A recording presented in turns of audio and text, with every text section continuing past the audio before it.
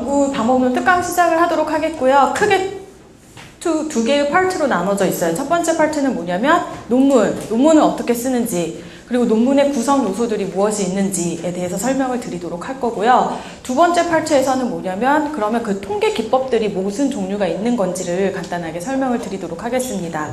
그래서 이번 특강을 통해서 비록 3시간 정도밖에 안 되는 시간이지만 적어도 여러분이 돌아가셨을 때 되게 큰 그림을 한번 그려보실 수 있도록 제가 도와드리도록 하겠습니다.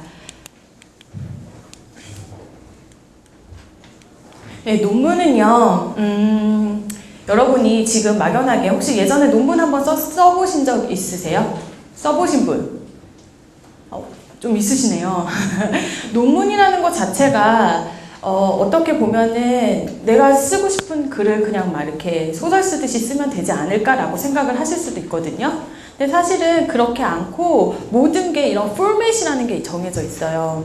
그러니까 구조가 정해져 있는 거예요. 그래서 여기 그림을 보시면 아시겠지만 여기 보면은 뭉게뭉게 자기 생각들이 있을 거란 말이에요. 주제들이 되게 다양하고 여러분이 지금 속해 있는 전공과 영역에서 내가 연구를 해보고 싶은 것, 호기심을 가지고 있는 것들, 그런 것들이 이렇게 뭉게뭉게 존재를 해요. 그리고 나서 우리가 글이라는 걸로 옮겨야 되거든요. 논문이라는 형식으로 옮겨야 돼요. 그게 바로 어느 정도의 틀이 있어요. 이렇게 포맷이 정해져 있습니다. 그러니까 뭔가의 어떤 뭉게뭉게 생각에다가 뭔가 정확하게 정해져 있는 틀을 같이 끼워 넣어서 논문이라는 것을 완성을 해요. 자, 이게 여러분이 생각했을 때 내가 왜 이렇게 해야 되지라고 생각을 하실 수 있지만 이거는 사람들 사이에서 학계에서 통하고 있는 언어라고 생각을 하시면 됩니다. 네. 뭐 옛날에 그런 말이 있었잖아요. 되게 유명한 과학자가 되게 유명한 거를 발견을 했어요. 그랬더니 정말 대단하다. 너는 한 3, 40년 동안 이렇게 대단한 거를 발견을 했구나. 진짜 너 정말 천재다 이렇게 얘기를 했는데 그 사람이 뭐라고 했냐면 나는 이 아이디어는 사실은 30년 전에 있었다. 이미 나는 알고 있었고 결과까지 다 알고 있었다. 근데 내가 사람의 언어로 학계에서 사람들과 그 커뮤니케이션을 하기 위한 그 수단으로 바꾸는데 30년이 걸렸다라고 얘기를 했어요. 그런 것처럼, 맞죠? 그런 것처럼 수학도 공식이 있잖아요. 그 공식으로 옮겨가는 그 과정이 되게 오래 걸리는 거예요. 마찬가지로 여러분도 연구에 있어서 여러분의 되게 좋은 생각이라든지 아이디어는 정말 많이 가지고 계실 거예요. 근데 논문을 쓰는 과정은 어떤 거냐면 이미 사람들이 학계에서 얘기하고 있는 구조와 틀이 있어요. 그 구조와 틀을 맞춰서 만들어내는 이 과정이 되게 길게 느껴지실 수 있을 겁니다. 그렇다면 이 구조와 틀은 과연 무엇일까? 이거를 제가 간단하게 설명을 드리도록 할게요. 자, 여기 보시면은 기본적인 구조와 틀은 이렇게 되어 있어요. 첫 번째, 서론을 쓰시고요. 그 다음에 이론적인 배경을 쓰시고 그 다음에 연구 가설을 쓰시고 다음에 연구 방법, 결과, 논의, 참고문호, 문헌, 불어 이렇게 나누어져 있어요. 그래서 우리가 논문을 쓰게 되면은 이 모든 구성 요소가 논문에 들어가야 돼요. 서론, 이론적 배경, 연구 가설, 연구 방법, 결과, 논의. 그러니까 이게 하나의 구조의 틀이 되는 겁니다. 그러니까 여러분이 지금 아이디어가 있고 생각이 있다면 그것들을 이 틀에 맞춰서 다 짜서 넣어야 돼요. 그렇죠? 그러면 그 전에 우선 논문 주제를 설정을 한단 말이죠. 그러면 우리가 처음에 여러분이 어떤 분들은 이미 아이디어가 되게 많을 수 있는데 어떤 분들은 막연히 내가 논문을 쓰고 싶은데 아이디어를 어떻게 찾지? 주제를 어떻게 찾지? 이런 생각을 되게 많이 하실 수 있어요. 근데 주로 주제를 어떻게 찾냐면 제 관심거리들을 찾겠죠. 내 주위에서. 그러니까 뭐 예를 들면은 내 어린 아이가 있는데 내 자식이 정말 너무 스마트폰에 진짜 중독이 돼 있어. 이렇게 생각이 되면서 스마트폰 중독에 대해서 한번 연구를 해보고 싶어. 이런 식으로 생각이 들 수 있을 겁니다. 그쵸? 그와 같이 관심거리들 혹은 주의라든지 내 회사 생활, 내 조직 생활에서의 관심거리들을 가지고서는 주제를 찾을 수 있어요. 그것뿐만 아니라 또 찾을 수 있는 것이 뭐냐면 선행 연구를 통해서도 찾을 수 있어요. 예를 들면 내가 아까 스마트폰에 관련돼 가지고서는 약간 관심이 있었어요. 그쵸? 그러면 실시하는 게 뭐냐면 그냥 이렇게 논문을 한번 설치를 해보는 거예요. 논문을 막 이렇게 뒤져보세요. 그러다 보면은 논문이 이러이러한 연구를 썼구나라는 것이 나와요. 그리고 나서 논문을 딱 뒤집어가지고 제일 밑에 논의 부분 있죠. 논의 부분 한번 쫙 읽잖아요. 그럼 뭐라고 되어 있냐면 이 논문의 한계점을 본인이 쓰세요. 이 논문이 다 좋고 이러한 의의도 있었고 이러한 목적도 있었고 사회적으로 이러한 것도 많이 줬는데 이러한 한계점이 있어 라고 얘기를 해요. 그럼 그 한계점을 여러분이 연구를 하셔도 돼요. 그쵸? 예를 들면 대부분 많이 하는 게 뭐냐면 내가 스마트폰을 대상으로 해서 스마트폰 중독에 관련된 논문을 연구를 했는데 대상이 너무 청소년의 이 논문의 한계점은 청소년만 대상으로 했어 라고 한 거예요. 그러면 근데 사실상 이 사람이 생각을 할 때는 한계점으로 뭐라고 얘기를 하냐면 청소년에서 일어나고 있는 중독의 형상과 성인의 계층에서 일어나고 있는 중독의 현상은 분명 다를 거야 라는 생각이 있을 거라는 거죠. 그쵸? 그래서 그거를 한계점으로 제시를 해요. 그러면 여러분이 그 논문을 보고 생각할 수 있어요. 연구 대상을 한번 성인으로 초점을 맞춰봐서 그 연구를 한번 진행을 해보는 것도 괜찮겠다. 이렇게. 그래서 연구 주제를 처음에 되게 찾기 힘든 분들이 계세요. 그러면 그분들은 어떻게 하면 되냐면 이렇게 주위의 관심거리라든지 선행 연구를 통해 가지고선 이렇게 주제를 찾곤 합니다. 다음에 그럼에도 불구하고 이렇게 구조와 틀을 만들어 놓고도 불구하고 글이라는 거를 매번 쓰는 분이 아니라면 글 쓰는 게 되게 힘들거든요. 그렇잖아요. 오랜만에 글을 써서 그 백지장에다가 내가 무언가 글을 쓴다는 건 되게 힘든 작업인 것 같아요. 저도 사실 글 쓰는 게 너무너무 힘들거든요. 근데 제가 하는 방법은 뭐냐면은 딱 그냥 한글이라든지 워드를 이렇게 펴요. 그냥 이렇게 딱 창을 띄우고 나서 이것만 써놔요. 1. 서론 2. 이론적 배경 3. 연구 가설, 연구 방법, 결과 논의 이것만 써놔요. 그리고 나서 다 쓴 기분이 들어요. 그가 뭔가 시작을 했다라는 기분이 드는 거예요. 그러니까 예를 들면 건축을 할 때도 뼈대를 이렇게 세운 기분 있잖아요. 이거는 다 쓸 수 있잖아요. 그렇죠? 근데 뭔가 되게 많이 쓴 것 같아요. 그리고 밑에 단어 수를 봐요. 벌써 난 34자를 썼어. 이렇게. 그러면서 되게 기뻐하거든요. 근데 이게 뼈대를 딱 잡아놓으면 좋은 게 뭐냐면 그 다음에 제가 막 생각했던 것들 길을 가다가 생각이 났던 것들 혹은 이렇게 내가 논문을 한번 써야지라고 생각했던 것들을 여기 안에다가 이렇게 껴서 넣을 수가 있어요. 처음에 첫자부터 생각을 하려고 하시지 마시고 어쩔 때 보면 연구 가설이 먼저 생각이 날 수도 있거든요. 그러면 연구 가설에다가 들어가서 그냥 이렇게 막 쓰는 거예요.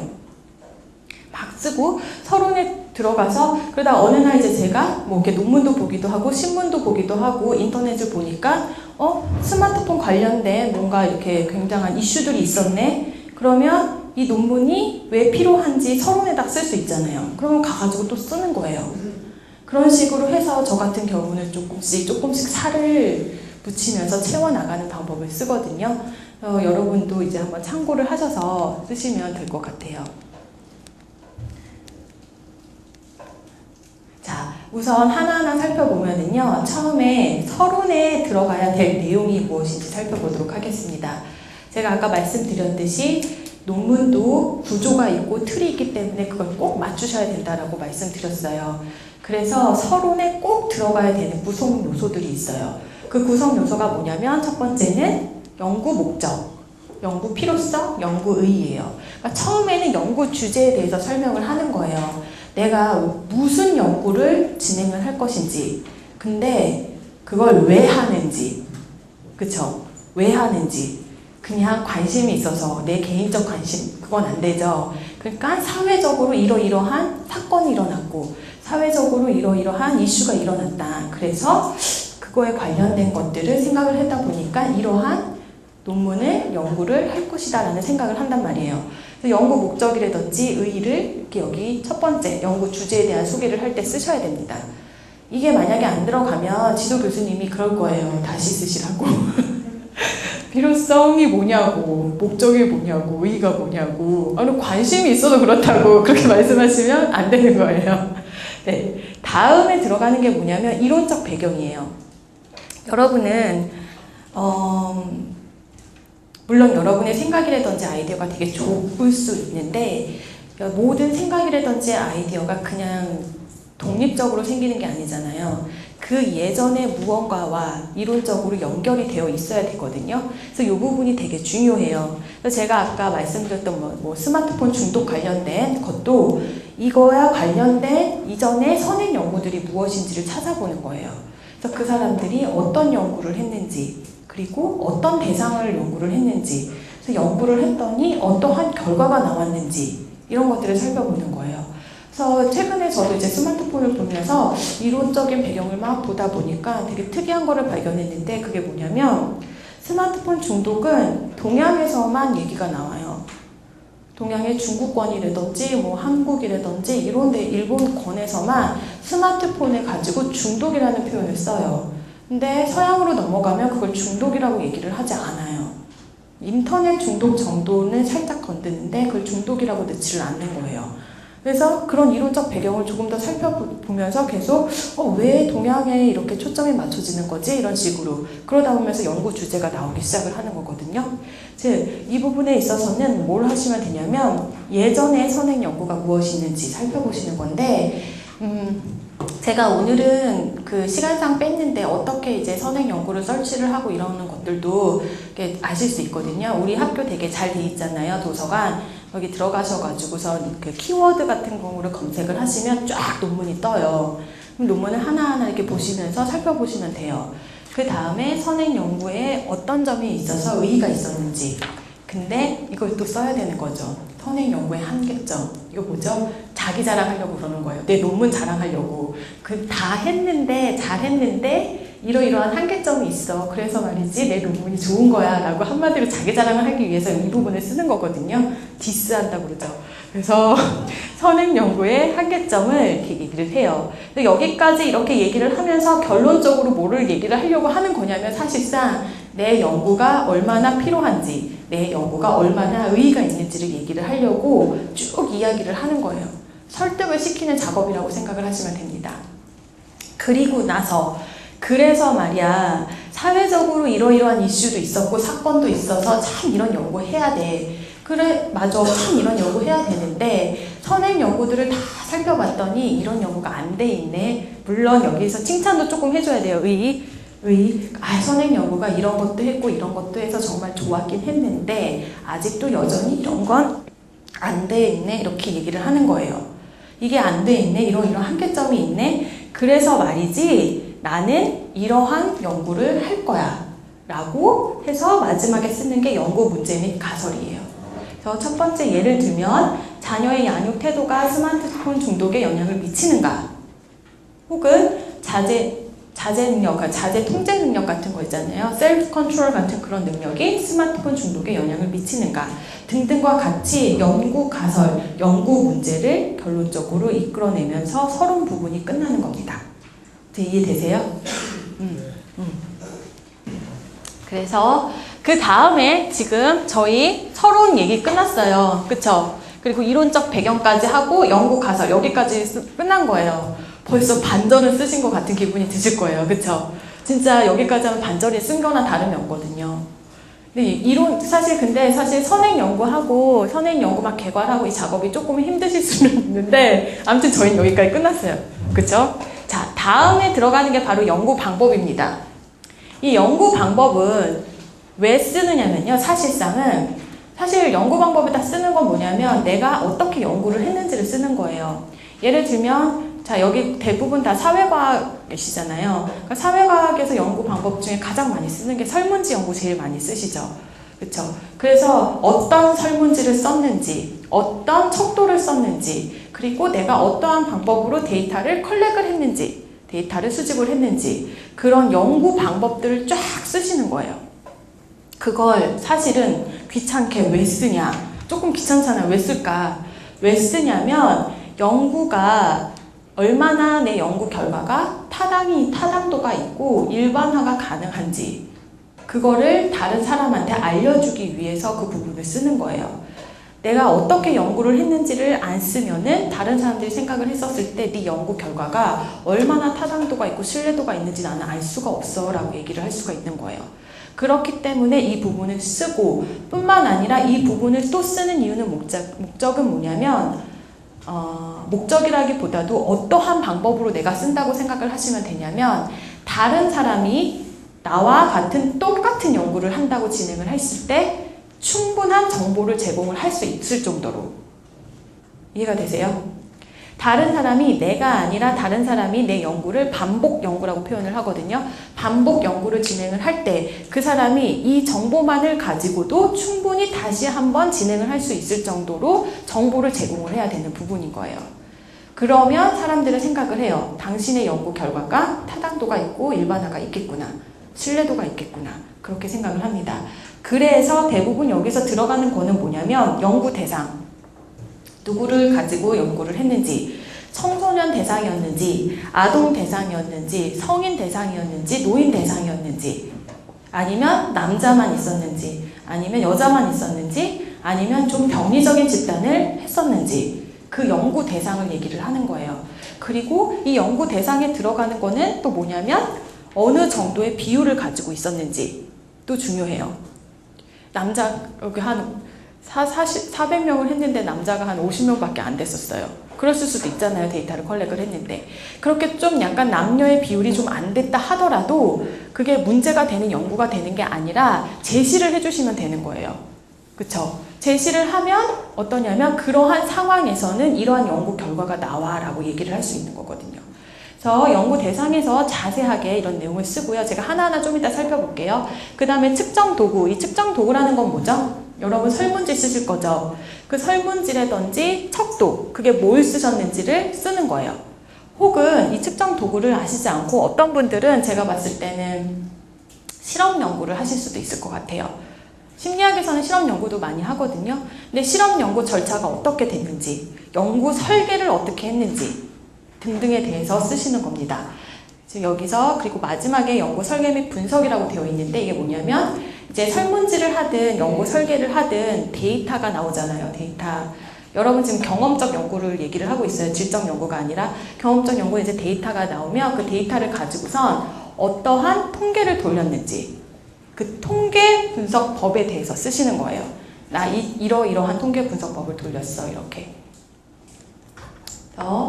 다시 보시면 사실 이건 잔소리라 제가 설명을 할까 말까 고민을 했는데 그렇다면 왜 우리가 이런 연구 방법에 대해서 생각을 하느냐라고 얘기를 할 때 왜 그러냐면요. 저희가 만약에 자연과학을 연구를 한다면 뭐 이렇게까지 연구 방법에 대해서 되게 고민을 많이 안 했을 수도 있어요. 여러분이 잘 모르시겠지만 자연과학, 저도 잘 모르는데요. 자연과학 같은 데에서는 통계기법을 이렇게 복잡한 통계기법을 쓰지 않아요. 단순하게 통계기법을 쓰거든요. 왜냐하면 그들은 쥐를 가지고 굉장히 통제된 상황에서 연구를 한단 말이에요. 그러다 보면은 변산성이라고 표현을 하는데 일어날 수 있는 가능성들 있죠. 그거를 다 통제시켰어요.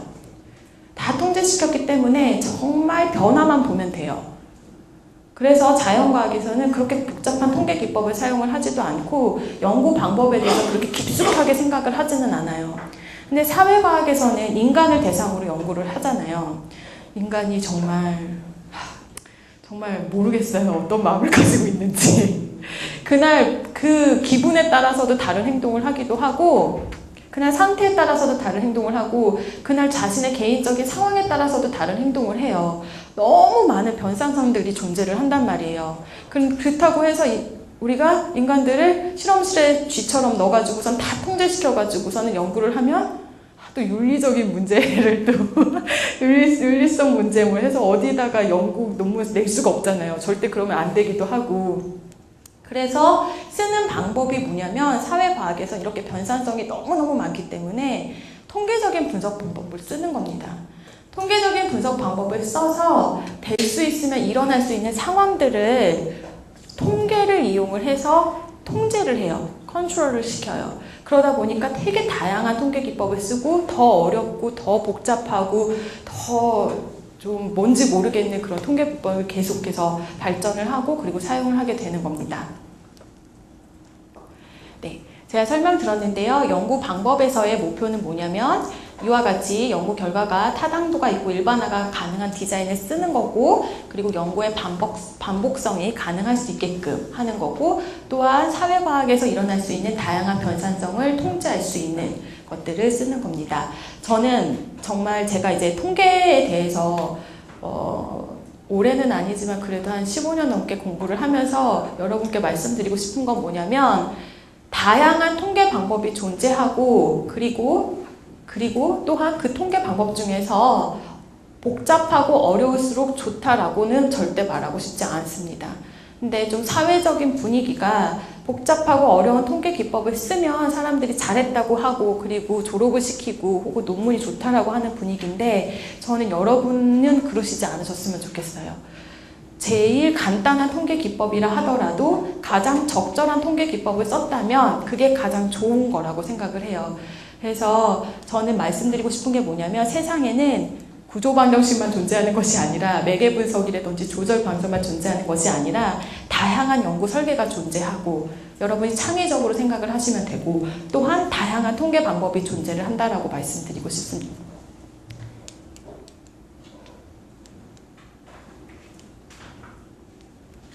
네, 자, 연구 방법에서 하나하나 구성 요소를 잠깐 보도록 할게요. 첫 번째 연구 방법에서 들어가는 게 연구 대상이라고 말씀드렸잖아요. 연구 대상 여기 이제 좀 예를 한번 보시면 아시겠지만 뭐 중학교 뭐 101명을 대상으로 연구를 진행을 했다 이렇게 썼죠. 몇 명이고 어디에 위치한 누구 이런 식으로 썼어요.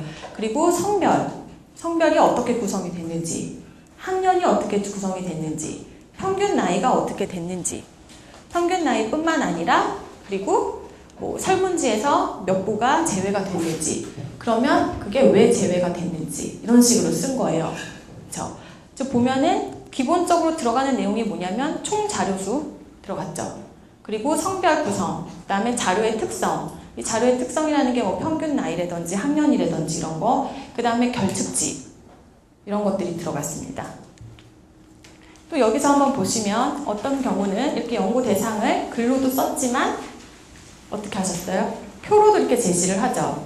저희 이제 이렇게 논문을 어떻게 쓰는 건지에 대해서 얘기가 끝나면 처음으로 들어가는 게 뭐냐면 그림이랑 표를 어떻게 만드느냐부터 시작을 할 거예요. 연구 대상 이 부분에서 대부분의 사람들이 어떻게 제시를 하냐면 이와 같이 표로 제시를 하거나 아니면 그래프로 제시를 합니다. 그래서 이 표를 보시면 아시겠지만 성별, 남녀가 뭐 어떻게 됐는지, 그쵸? 인원수랑 퍼센테이지가 나와 있고 연령이 어떻게 됐는지, 그 다음에 뭐 학벌, 지역별, 전문가 집단 이런 식으로 이렇게 들어가요. 자, 여기서 혹시 질문이 생기시지 않을까 싶은데 그러면 여기에 쓰는 내용은 어떻게 결정하나요? 라고 생각을 하실 수 있을 것 같아요. 그쵸? 기본적으로 성별이라든지 연령 뭐 이런 거는 들어가요. 근데 보면은 뭐 여기 뭐 학력, 왜 학력을 쓰지? 학력 뭐 이런 거, 지역, 전문가 집단별 이런 것들이 들어간단 말이에요. 어떤 경우는 들어가고 어떤 경우는 들어가지 않아요. 근데 그 구성 요소를 결정을 하는 방법은 뭐냐면 내 연구에 영향을 미칠 만한 변수입니다. 그쵸? 내 연구에 영향을 미칠 만한 변수예요. 자, 요거 같은 경우는 그 뭐냐면 상담 전문가들 있잖아요. 전문가들이 얼마나 그 전문가 과정을 거쳤을 때 얼마나 잘 활동을 하는지를 연구를 하고 싶었던 연구였어요. 그러니까 어떠한 사람들이 상담가들이 더 잘 활동을 하고 있는지 그러니까 퀄리티 체크를 하고 싶었었던 거예요. 그러다 보니까 이 사람들한테는 학력이라는 것도 중요했었던 거예요. 그렇죠? 정말 이 상담가들이 석사 수료까지 했던 사람이랑 박사 수료를 했던 사람이랑 정말 영향을 미칠지 안 미칠지도 영향이 있잖아요. 연구 결과에. 그 다음에 뭐 전문가 집단에서도 그냥 교사가 카운슬링을 했던 건지 아니면 카운슬링의 그 수료를 다 거쳐가지고선 했었던 건지 등과 같은 것들이 내 연구 결과에 영향을 미칠 수 있는 거라는 거죠. 그래서 이러한 변수들을 넣었어요. 이거는 두 가지라고 생각을 하시면 돼요. 첫 번째, 나중에 여러분이 통계를 돌리실 때 독립변수, 뭐 종속변수 등등과 같이 다양한 변인들을 고려하실 거잖아요. 그쵸?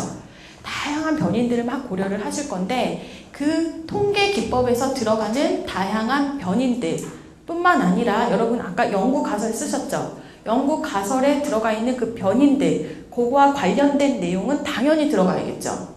그런데 때로는 연구 변인이라든지 연구 가설이라든지 혹은 통계 기법에 사용되지 않는 변인이라도 들어가실 수가 있어요. 왜냐하면 나중에 그 사람들이 결과값을 해석을 할 때, 아, 요 집단이 조금 다른 집단에 비해서 다른 특이한 점이 있구나 라는 거를 보여줄 수 있기 때문에 그래요. 아시겠죠? 네, 그래서 그런 거를 고려를 하셔서 넣으시면 됩니다. 다음에 두 번째로 들어갔던 게 측정 도구였어요.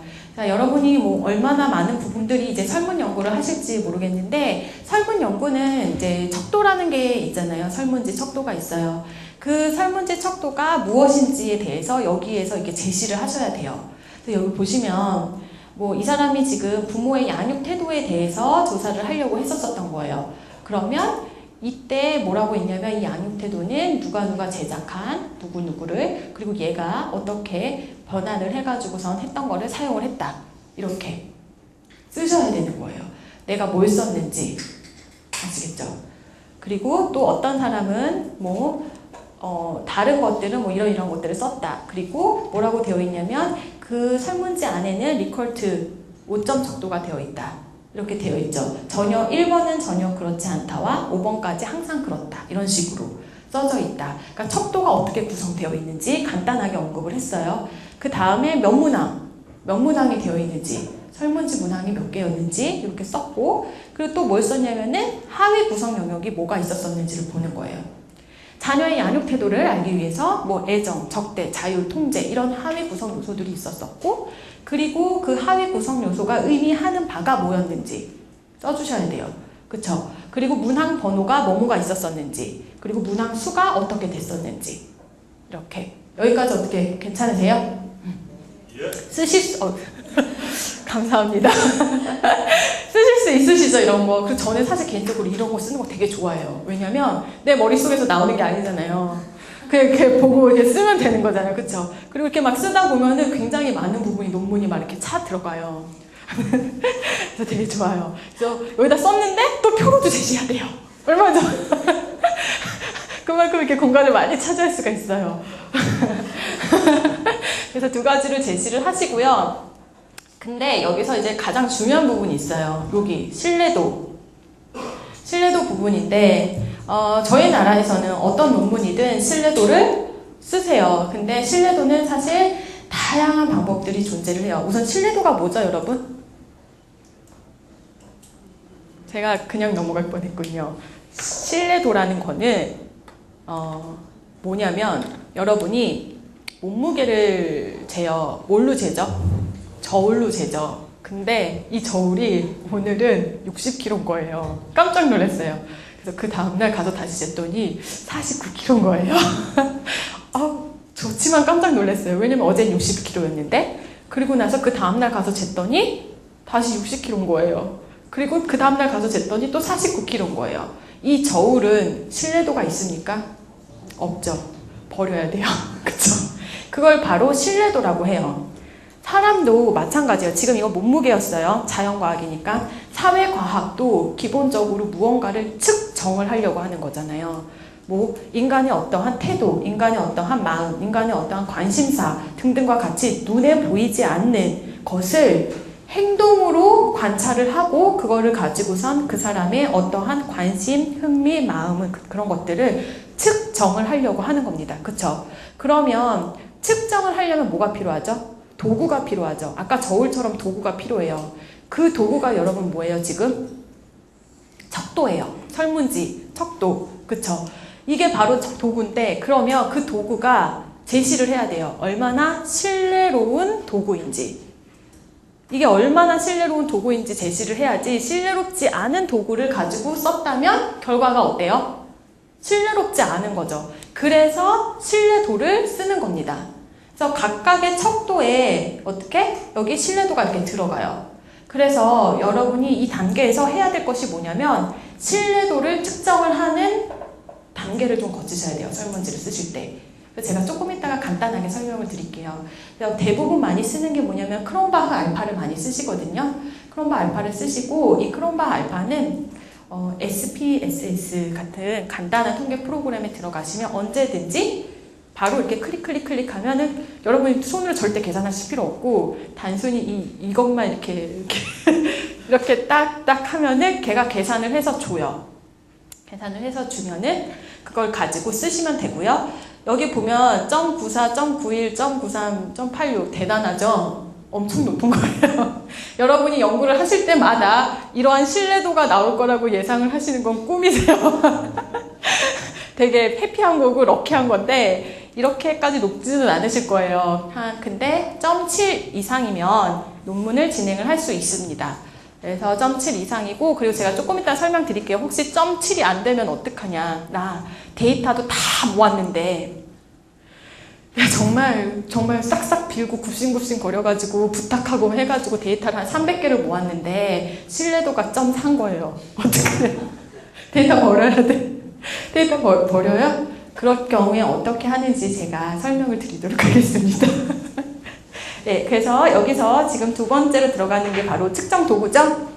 측정 도구가 뭐를 썼는지, 그쵸? 그 다음에 이렇게 이러한 것들을 내가 썼고, 그리고 여기 보시면 누가 처음에 만들었고 이런 연도도 들어가잖아요. 이런 것도 다 사실은 내 척도가 얼마나 신뢰도가 있고 내 척도가 얼마나 타당도가 있는지를 보여주는 거예요. 진짜 내가 급작스럽게 내가 갑자기 오늘 선문제 하기 전에 5문항 만든 게 아니라 예전에 누구도 썼고 누구도 했었어 라는 거를 보여주는 거예요. 자, 그 다음에 이렇게 척도가 있고 신뢰도 넣고 표로 이렇게 제시를 하면 됩니다. 네. 예전 논문에서 그 항목들 많이 인용을 하는데 네. 내가 완전히 새롭게 만들었고 만약에 그 크롬바 알파가 높다면 그거는 괜찮은 겁니까? 네, 지금 질문하신 게 뭐냐면 예전에도 썼던 거이기도 하고 거기에다가 뭐도 있냐면 사실 이게 내가 설문을 매번 돌릴 때마다 똑같은 분야가 아닐 수 있거든요. 약간 관심사가 다르면 설문 내용을 바꿔야 될 필요도 있거든요. 그래서 내가 설문지도 만들었어요. 만들고 난 다음에 크롬바 알파를 돌렸더니 신뢰도가 높게 나왔다라고 되어 있잖아요. 그런 경우는 써도 되는 거냐라고 맞죠? 질문, 네, 그렇게 질문이 들어왔는데요. 당연히 쓰셔도 됩니다. 그건 저는 사실은 개인적으로 굉장히 당연히 해도 된다라고 생각을 하거든요. 왜냐하면 세상에 존재하는 척도들이 여러 가지가 있는데 내 의도와 내 생각과 내 연구 주제와 정확하게 맞아떨어지는 척도는 그렇게 많지 않을 수 있어요. 왜냐하면 나는 새로운 연구를 지금 진행을 하는데 그러면 거기에 적절한 다른 문항들을 내가 물어보고 싶은 문항들이 존재할 거 아니에요.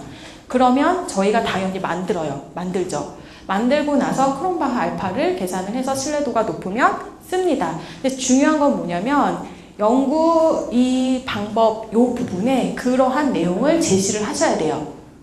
내용을 어떠하게 설문 구성을 했다. 그리고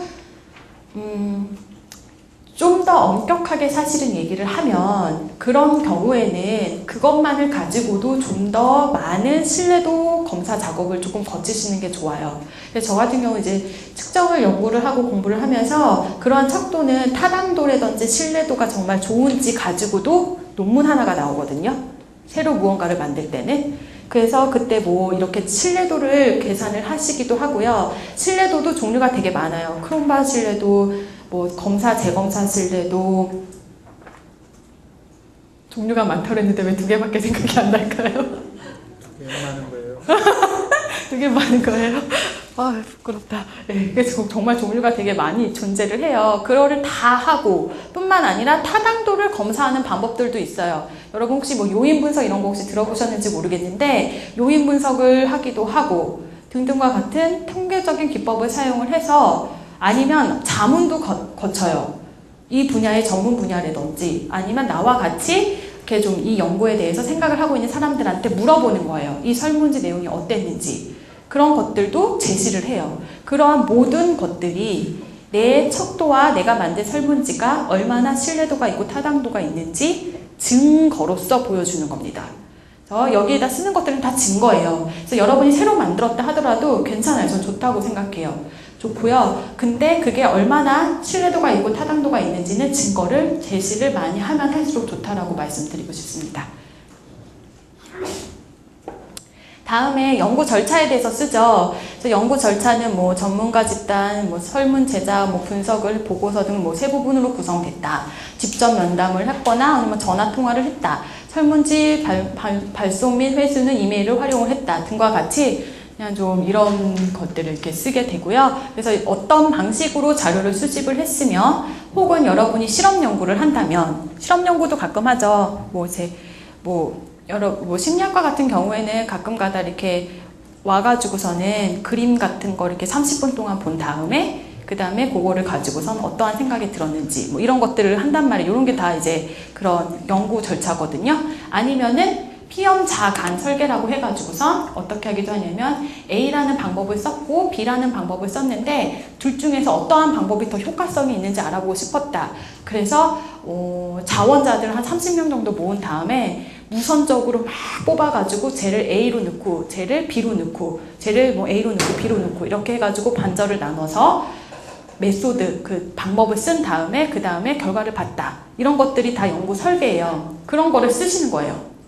이런 걸 피험자간 설계를 했다. 혹은 내가 이 사람이 한테 약을 좀 줬는데 약이 너무 자연과 약 주면 안 되지. 이 광고 효과가 얼마나 좋은지 알아보기 위해서 그 전에 이 제품에 대한 선호도 조사를 했고 선호도 조사를 한 다음에 광고가 지금 나가기 전이에요. 자, 이제 광고가 나간 다음에 한 2개월, 3개월 후 그 사람한테 똑같이 그 제품에 대한 선호도 조사를 한번 해보는 거예요. 자, 이런 거는 어때요? 같은 사람을 2번 검사한 거죠. 이런 걸 피험자 내 설계라고 하거든요. 내가 이러한 방식으로 해서 자료를 수집을 했다라고 쓰는 부분이 이 부분이에요. 여기.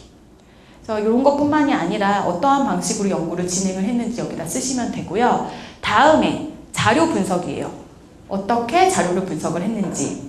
내가 SPSS를 썼는지, 엑셀을 썼는지, M+를 썼는지, 세스를 썼는지 등등과 같이 다양한 요즘에 통계 패키지들이 존재하잖아요. 소프트웨어들이. 그거를 쓰시고요. 그리고 나서 무엇을 했는지, 뭐 빈도 분석을 했는지, 아니면 뭐 디스크립티브 어널리시스를 했는지, T-테스트를 했는지, 아노바를 했는지 그런 거를 써주시면 돼요.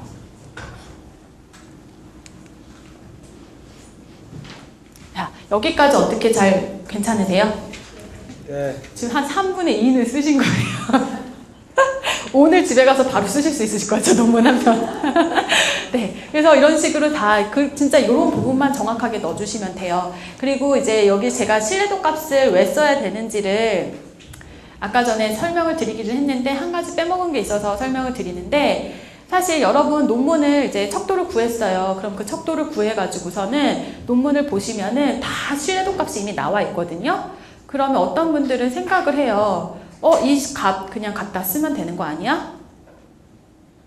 거기 이미 신뢰도 값들이 나왔으니까 왜 내가 왜 굳이 그걸 구해요? 그 쓰면 되는 거잖아 이렇게 생각을 하는데 그게 아니라 신뢰도 값은요 똑같은 척도를 쓰셔도 다 달라요 논문에 따라. 왜? 왜 다르죠? 너무 신뢰롭지 않아요, 그죠? 왜 다르죠? 자료값이 다 달랐기 때문에 그래요. 그쵸? 연구 대상이 다 달랐기 때문에. 그래서 여러분도 이미 신뢰도가 나와 있는 척도를 쓴다 하더라도 이미 여러분이 이렇게 그 300명이면 300명, 400명 그 데이터를 컬렉을 했잖아요. 거기에서 이 척도가 얼마나 신뢰로웠는지를 계산을 하셔야 돼요. 그래서 매번 신뢰도 값은 논문을 진행을 할 때마다 항상 다시 계산을 해서 쓰셔야 됩니다. 왜냐하면 자료가 달라질 때마다 샘플이라고 하죠. 자료가 달라질 때마다 신뢰도 값은 달라지기 때문입니다. 자, 이제 연구 방법까지 쓰셨어요. 우리 이제 분석 들어가야 돼요. 데이터도 다 컬렉했고 이제 분석을 들어가야 되는데 분석만 하면 돼요. 분석은 하면 결과값이 나오고 그 결과값은 그냥 보고 받아 적기만 하면 되는 거니까. 그쵸? 이제 분석만 하면 돼요. 분석을 하려고 했는데 안타깝게도 내 데이터를 어떻게 넣어야 될지 모르시는 분들이 계세요. 이제 컴퓨터가 내가 숫자로 계산을 하지 않아도 컴퓨터가 다 계산을 해주는데 그래도 컴퓨터가 계산을 해줘서 고맙기는 하는데 데이터를 어떻게 넣어야 되는지 모르시는 분들이 많이 있어요. 되게 당황스럽죠. 여기 설문지는 있는데 그리고 이거 돌리면 된다는데 여기 있는 데이터가 여기로 어떻게 갈 수 있을까 이런 생각을 하시거든요.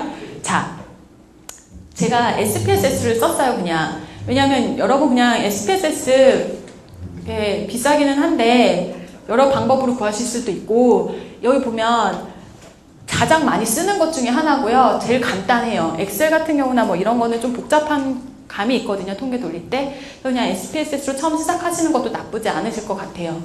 SPSS는 처음에 창을 딱 키잖아요. 그럼 이런 모양을 가지고 있어요. 이런 모양을 가지고 있는데, 이거 보시면 혹시 엑셀은 되게 많이 다뤄보셨죠? 네, 엑셀이랑 비슷해요. 생긴 게. 엑셀이랑 비슷하게 생겼고, 여기 뭐 이게 뭐죠? 이게 행, 이게 열, 이게 행, 그쵸? 이렇게 되어 있어요. 그러면 이게 어떻게 되냐면 요거 하나는 여러분의 자료예요. 그러니까 뭐 예를 들면 설문지를 100개를 얻었다. 그럼 100명의 사람을 얻은 거잖아요. 그럼 요 하나 한 줄이 사람이 되는 거예요. 자, 그리고 그 사람한테 문항을 물어볼 거 아니에요. 척도에서 문항들이 한 10개가 있을 수 있고 50개가 있을 수 있고, 그 문항들이 이렇게 들어가는 거예요. 그러면 어떻게 되냐면 이 자료를 보면 첫 번째 사람은 이 사람한테 이제 우울 척도를 가지고서 물어봤다고 쳤을 때, 첫 번째 사람은 우울 척도의 첫 번째 문항에서 4라고 했고, 두 번째 문항에서는 2라고 한 거예요. 아시겠죠? 자, 이렇게 설문지를 하나하나 보면서 데이터를 입력을 하시는 겁니다. 이 작업을 코딩이라고 표현을 하는데, 코딩을 하는 작업이 되게 생각보다 오래 걸리실 거예요. 단순한 노동. 저는 근데 굉장히 좋거든요. 이렇게 멍 때리면서 막 이렇게 자판 누르는 거 되게 좋아하기 때문에 전 굉장히 좋아하는데, 되게 똘똘하고 지식인이신 분들은 되게 싫어하시더라고요. 단순 작업을. 그래서 이렇게 해서 데이터를 다 한 창에다가 다 입력을 하세요. 입력을 하는데 시간도 좀 많이 걸리실 수도 있고 그래요. 400부니까. 그래서 그 작업을 다 하시고 나면은 이제 데이터가 컴퓨터로 옮겨오게 된 겁니다. 그래서 그 다음부터는 이제 하나하나 데이터를 만지면서 분석을 실시하실 수 있어요. 이걸 넣었어요. 제가 왜 넣었냐면, 이게 되게 가장 크게 논문을 쓰실 때 분석하기 전에 실수를 많이 하시는 부분이라서 넣었어요. 여러분 설문지를 가만히 살펴보시면 알겠지만 어쩔 때는 방향이 바뀌어져 있는 문항들이 있어요. 혹시 이게 무슨 뜻인지 아세요? 그러니까 전혀 그렇다가 사실은 전혀 그렇다가 아닌 거예요. 예를 들면 자율성이라는 거는 뭐라고 정의를 내렸냐면 자기 스스로 계획하고 결정하여 실행하는 특성이래요. 그래서 이 사람이 자율성이 높은지 낮은지를 측정을 하기 위해서 몇 문항을 물어본 거예요. 첫 번째, 경험하지 않았던 일이 닥쳐도 나는 두렵지 않다. 너무 어려운 것 같아. 경험하지 않았던 일에 닥쳐도 나는 두렵지 않다. 이런 설문지 쓰시지 마세요. 이렇게 부정이 진심으로 이렇게 부정이 2개 이렇게 들어가잖아요. 그러면 좀 어려워요. 그래서 그래도 이거 예로 제가 넣었으니까 써볼게요. 경험을 하지 않았던 일에 닥쳐도 나는 두렵지 않다. 처음 하는 일도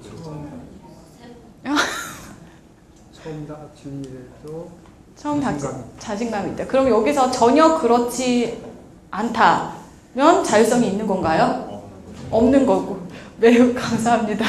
역시 똘똘한 학생들한테 하면 지들이 매우 그렇다면 자율성이 있는 건가요? 있는 거죠. 자, 그러면 일관된 목표를 세우고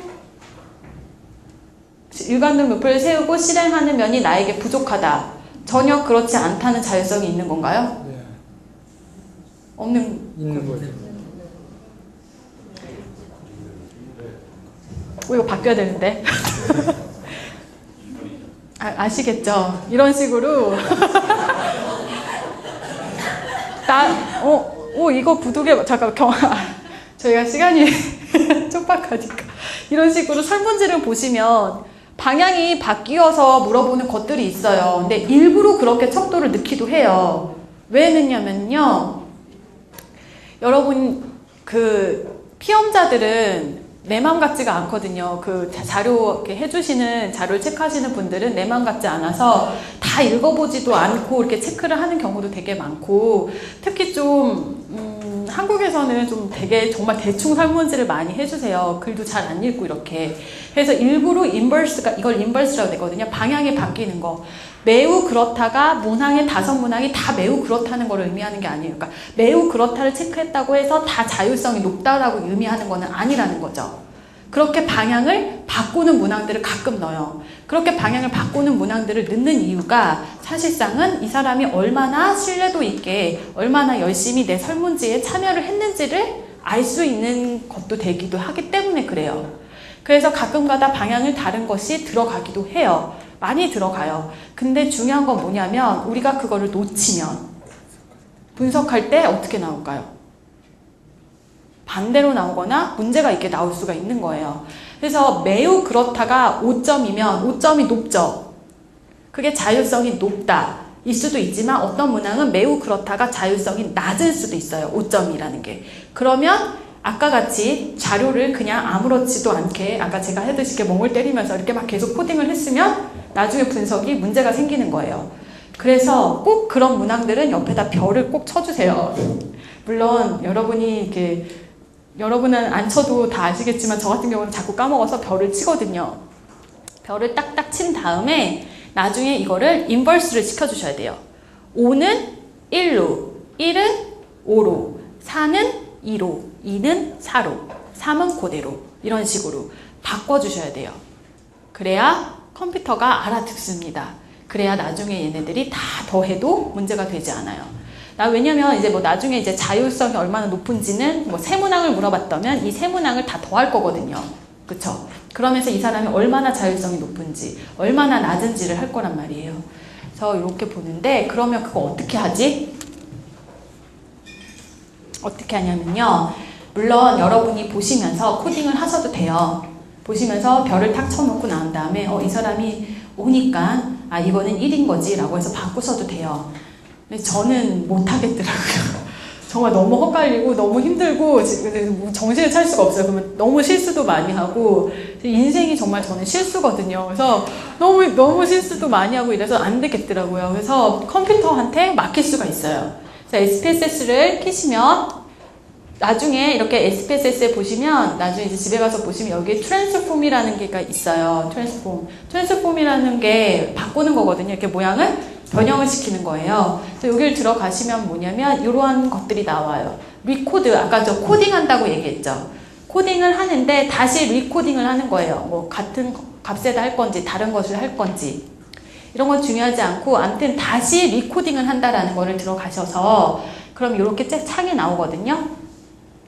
이렇게 나온 창에서 클릭을 하셔서 4를 말이야 1로 바꿀 거야. 뭐 이런 식으로 바꾸시면 돼요. 여기 들어가셔서 하시면 되고 그리고 또 뭐를 할 수도 있냐면은 데이터를 찾는 것도 할 수 있거든요. 엑셀에서 보면은 여러분 데이터 찾기 하실 수 있죠. 엑셀에서 뭐 사람 찾기 한 다음에 이름 하면 그게 뜨잖아요. 그리고 또 리플레이스 대처하기 이런 것도 할 수 있으시죠. 엑셀에서 보면은. 그래서 그냥 이렇게 하셔도 돼요. 그 변수만 해가지고서는 4를 찾아서 4를 1로 바꿔라. 이런 방식으로. 그리고 뭐 1을 찾아서 4로 바꿔라. 이런 방식으로 하셔도 돼요. 이제 SPSS에서 이렇게 리코딩을 하는 게 있다라는 거. 이거는 자체가 있는 이유가 뭐냐면 이런 식으로 설문지 자체가 되게 많이 이렇게 방향이 바뀌어 있는 것들도 많고 그래서 되게 많이 사용을 하시는 방법이에요. 그래서 이런 기술적인 거는 언제든지 다시 뭐 저한테 뭐 물어보셔도 되고 하면 다시 한번 말씀드릴 수 있는데 오늘 이 시간에 중요한 게 뭐냐면 내가 데이터 설문지를 받았었을 때 이렇게 인버스를 해야 되는 상황도 있다라는 거. 항상 이거를 유념해 주시면 될 것 같습니다. 다음으로 제가 설명드릴 게 뭐냐면 저 아까 전에 말씀드렸잖아요. 그러면 신뢰도가 낮으면 어떡하지? 나 진짜 400명 모았는데 신뢰도가 0.68이야. 진짜 0.02만 높으면 되는데 그리고 되게 그땐 악마의 유혹이 와요. 누가 알아? 0.71이라고 써야지 0.03밖에 차이 안 나는데 그죠? 그렇게 생각을 할 수가 있는데요. 이렇게 신뢰도가 낮을 때 할 수 있는 방법이 또 있어요. 어떻게 하시면 되냐면 지금 이거는 이게 지금 보시면 아시다시피 이게 하나하나 사람이죠. 그쵸? 그리고 각각이 문항이에요. 문항이 있고 그 다음에 여기 보면은 Reliability Analysis라고 해가지고선 신뢰도를 계산을 할 수 있는 게 있어요. SPSS에서 분석을 아까 Analysis라고 하는 분석을 클릭을 하시면 스케일이라고 척도가 나오고 그 다음에 Reliability Analysis를 클릭을 하시면 여기 창이 딱 떠요. 그리고 나서 아이템들 6개를 가지고 이쪽으로 다 옮겨요. 옮긴 다음에 여기 통계라는 거를 클릭을 딱 하시면은 여기 보면 뭐 이렇게 클릭을 하실 수가 있어요. 문항, 척도, 그리고 뭐가 있냐면 척도예요. 만약에 이 문항이 deleted, 삭제가 되었을 때의 척도를 얘기를 하는 거예요. 요거를 클릭을 하세요. 그리고 나서 결과값을 딱 달라고 해서 클릭을 하면 요게 딱 뜨거든요. 이런 결과값이 나와요. 여러분이 쓰시는 건 뭐냐면 여기 크롬바흐 알파 요 값을 쓰시죠. 문항 6개 가지고의 그 신뢰도는 0.727이야 라고 쓰실 거예요. 근데 이것도 볼 수 있어요. 요게 뭐냐면 신뢰도가 낮을 때 사용할 수 있는 겁니다. 뭐냐면 여기 보면 크롬바흐 알파 개수인데 만약에 이 문항이 제거됐을 때요. 자, 요 보시면 만약에 1번 문항이 제거가 됐다면 그때의 신뢰도 값이 무엇인지를 얘기를 해주는 거예요. 만약에 1번 문항이 제거됐을 때 우리가 신뢰도 값이 어떻게 되는지. 그렇다면 한번 생각해 볼게요. 우리 전체 원래 신뢰도가 몇이었죠? 0.727이에요. 근데 1번 문항이 제거가 됐더니 신뢰도가 어떻게 됐어요? 0.758이 됐죠. 올라갔어요? 낮아갔어요? 내려갔어요? 올라갔죠. 그럼 1번 문항 어떻게 해도 돼요? 버려도 돼요. 과감하게 버리셔도 되는 거예요. 근데 물론 여기서는 이미 0.7 이상이니까 그런 작업을 하지 않으셔도 되는데 만약에 내가 신뢰도를 계산을 했더니 0.68 뭐 이래. 근데 나는 좀 0.7 이상으로 올리고 싶어. 그랬을 때 어떠한 문항이 지금 신뢰도를 낮추고 있는 문항인지를 잡아낼 수가 있는 거예요. 아시겠죠? 다른 거 한 가지 한번 볼게요. 반대되는 거. 6번 문항 보시면은 만약에 6번 문항이 제거가 됐다면 신뢰도가 어떻게 됐어요? 0.625죠. 자, 그러면 원래 신뢰도보다 신뢰도 값이 어떻게 됐어요? 낮아졌죠. 자, 그러면 어떻게 할 수 있어요? 이 문항을? 버려요? 살려야죠. 이 문항을 만약 버리면 신뢰도가 0.6으로 떨어지는 거예요. 그러니까 이 문항을 살리는 거예요. 이와 같이 신뢰도를 버림으로 하여금 높일 수 있는 문항들이 무엇인지를 잡아내고 그리고 나서 필요하다면 버려도 돼요. 버리세요. 과감하게. 괜찮아요. 조작하는 거 아니에요. 가끔 이거 조작 아니야? 막 이런 생각이 드실 수 있는데 조작 아니에요. 버리셔도 돼요. 당연히 버려야 돼요. 그쵸? 왠지 알죠? 신뢰가 없는 도구는 쓰시면 안 돼요. 버리셔야 되는 거예요. 그쵸? 자, 그런 식으로 해서 신뢰도 값을 체크를 할 수 있습니다. 자, 여기 지금 제가 설명드렸던 건 뭐냐면 어떻게 하면 전체 신뢰도를 구할 수 있는지 그리고 만약에 내가 정말 뼈 빠지게 한 400개 정말 굽신거리면서 400개 자료를 얻었는데 신뢰도가 만약에 낮다면 그때는 어떻게 하면 신뢰도를 높일 수 있는지에 대해서 설명을 드렸습니다.